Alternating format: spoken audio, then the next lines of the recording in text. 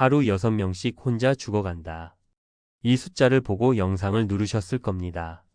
하지만 오늘 저는 더 무겁고 더 긴급한 진실부터 말씀드려야겠습니다.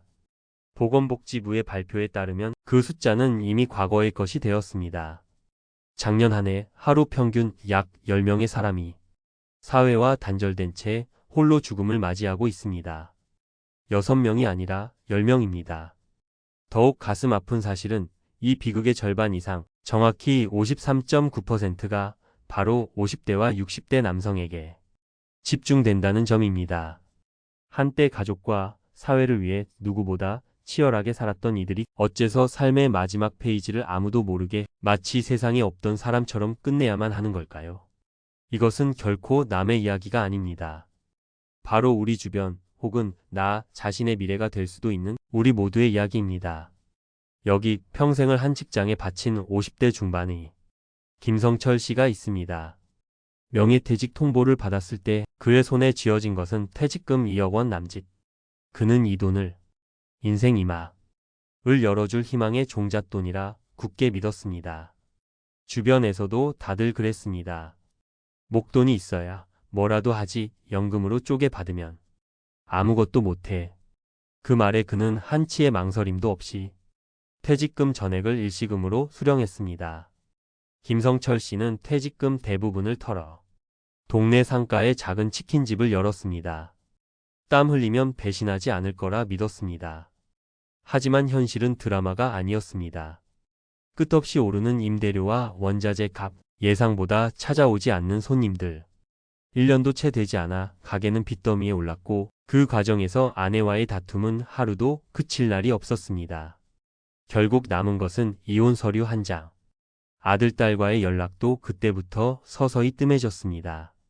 가족과 함께 살던 아파트에서 나와 그가 정착한 곳은 보증금 500에 월세 40만 원짜리 좁고 허름한 원룸이었습니다. 여러 보도에서 지적하듯 고독사는 주로 이런 원룸이나 고시원처럼 고립되기 쉬운 공간에서 발생합니다. 평생 바깥일만 했던 그에게 혼자 하는 살림은 재앙과도 같았습니다. 식사는 대부분 편의점 도시락이나 컵라면으로 때웠고 잠 못 드는 밤이면 소주병을 친구 삼았습니다. 건강은 하루가 다르게 무너져 내렸습니다. 부산대학교 법의학 교실의 한 연구 결과는 충격적입니다. 고독사 사망자의 55%가 심각한 건강 문제를 겪고 있었고 그중 상당수가 알코올 문제와 깊이 연관되어 있었습니다. 김성철 씨 역시 술에 의지하며 스스로를 갉아먹고 있었습니다. 그는 누구에게도 힘들다, 도와달라 는 말을 하지 못했습니다. 그것이 한평생 가장으로 살아온 자신의 마지막 남은 자존심이라 여겼기 때문입니다.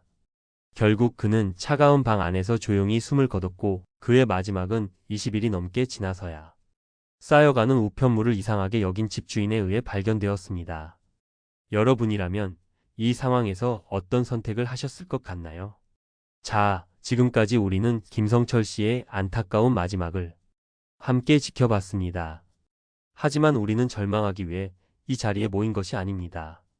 그의 비극 속에서 우리가 놓치지 말아야 할 교훈을 찾고 다시는 이런 일이 반복되지 않도록 막기 위해서입니다. 지금부터가 진짜 중요합니다. 무엇이 평범했던 한 남자를 벼랑 끝으로 내몰았을까요?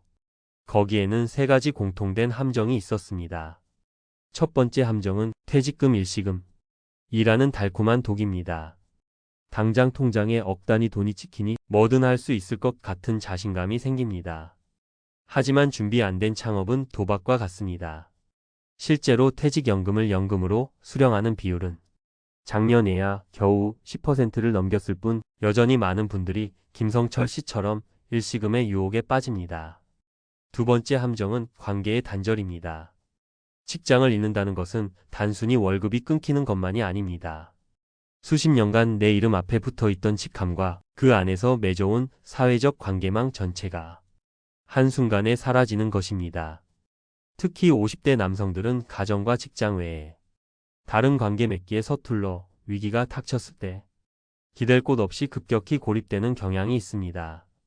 그리고 가장 무서운 3번째 함정. 바로 도움을 청하는 것.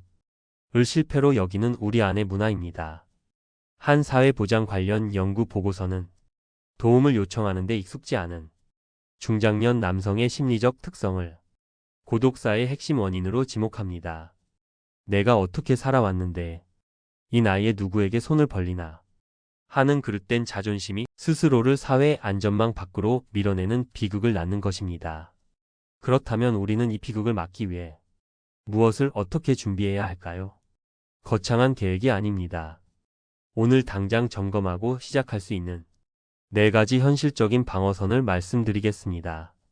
첫째, 돈의 흐름을 지키십시오. 퇴직금은 함부로 열 수 없는 댐에 가둬야 합니다.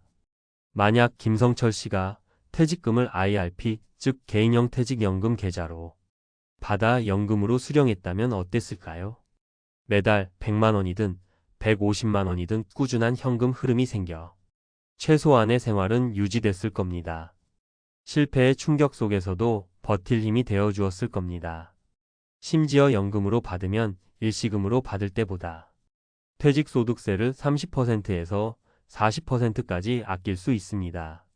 함부로 헐어 쓸 수 없는 강제저축 효과야말로 위기의 순간에 나를 지키는 가장 강력한 안전장치입니다.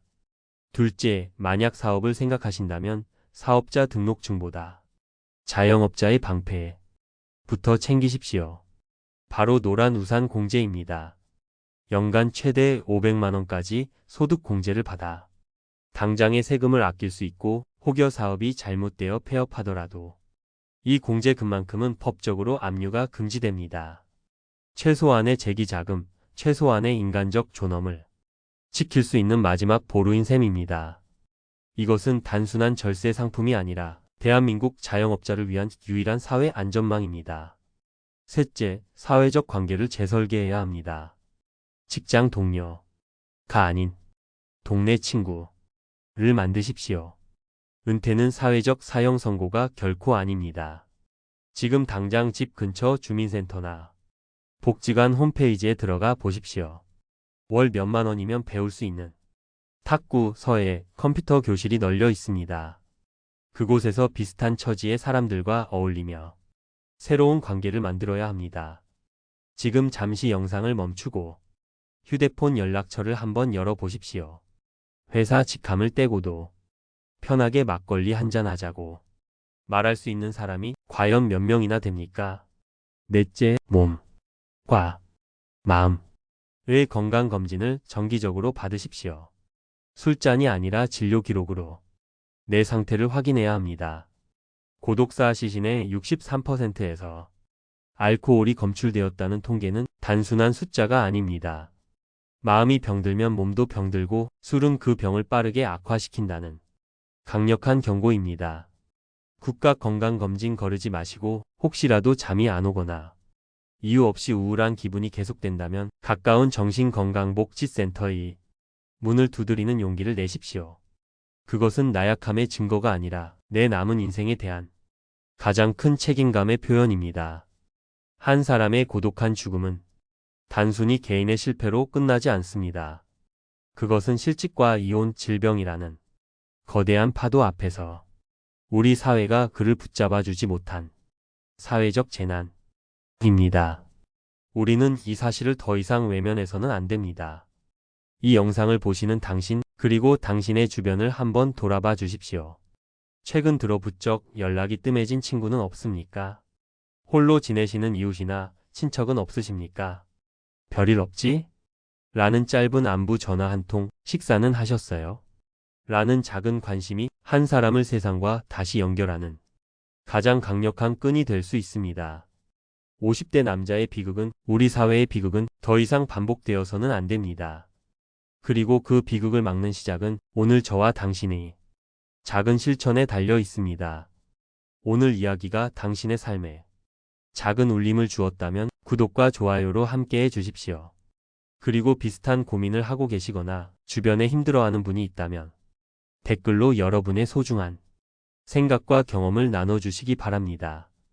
여러분의 이야기가 모여 또 다른 누군가에게는 큰 위로와 용기가 될 수 있습니다. 감사합니다.